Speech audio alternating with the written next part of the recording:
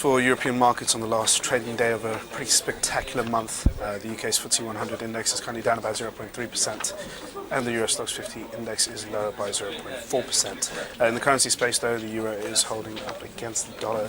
It is at that 135 level, a little weaker, but on the whole it is steady, whereas peripheral bond yields are creeping a little higher, with Spanish and Italian bond yields worse off than they were at the start of the week. Good morning, I'm Ishaq, Siddiqi, and welcome to another Daily Market Bite. We'll give you a quick idea of what's going on.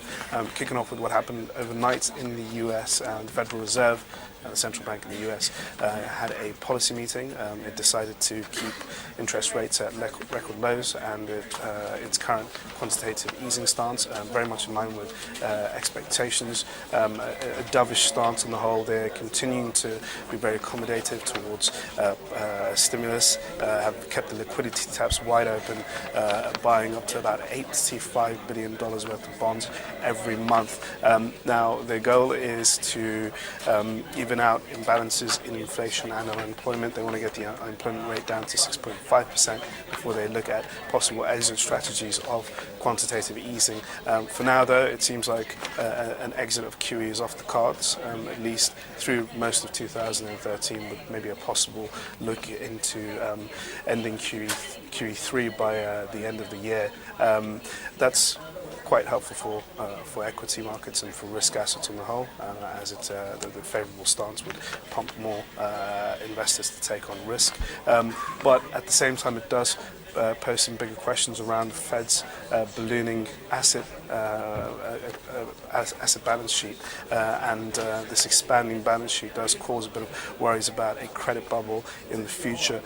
So going into what's going to happen next with the Fed Chairman Ben Bernanke is going to be making a speech to Congress sometime mid-February, and that will be very much in focus. But markets suspect most of the questions are going to be around the looming US budget battle, which will take place in February, where US lawmakers are going to decide how to tackle the issue of spending cuts. They've extended raising the debt ceiling for a few months, so that's not an issue at the moment. But in the short term, investors are likely to be very worried about how US policymakers are going to come together and find a way to reach a common ground on how to tackle spending cuts. Now, yesterday we also had very underwhelming US fourth quarter GDP figures. They showed a contraction. The US economy paused during the fourth quarter. That's mainly on the back of reduced defense spending and slowdown in wholesale inventories. At the same time, that's been amplified by the effects of Superstorm Sandy.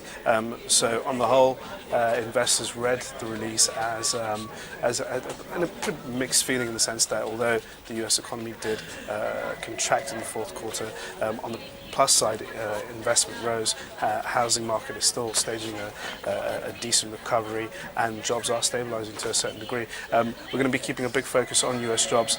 We have weekly non-farm payrolls out today, and yesterday we had an ADP report, which is seen as a precursor to the payrolls report that's going to be coming out tomorrow. There's a bit of hesitation going into tomorrow's payrolls number, given the fact that we had a weak US fourth quarter GDP.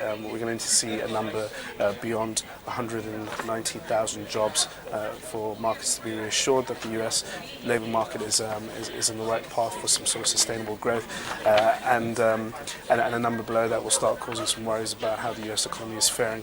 Now, going into what's going on in Europe, we've had a number of earnings out today from the likes of Ericsson, Deutsche Bank, Shell, Diageo, and British Sky Broadcasting. Diageo numbers were good, same with British Sky Broadcasting, and they're doing pretty well right now. Shell, however, is not doing much, but had a bit of a miss on the earnings line. And Deutsche Bank, although it swung to a loss in the fourth quarter, it's keeping its dividend, and that's pleasing investors to a certain degree. And Deutsche Bank is also, in terms of outlook, trying to remove some of that regulatory risk that's coming through.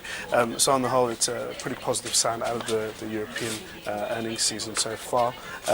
But that's not enough to inspire any hope in markets. We're going into February now.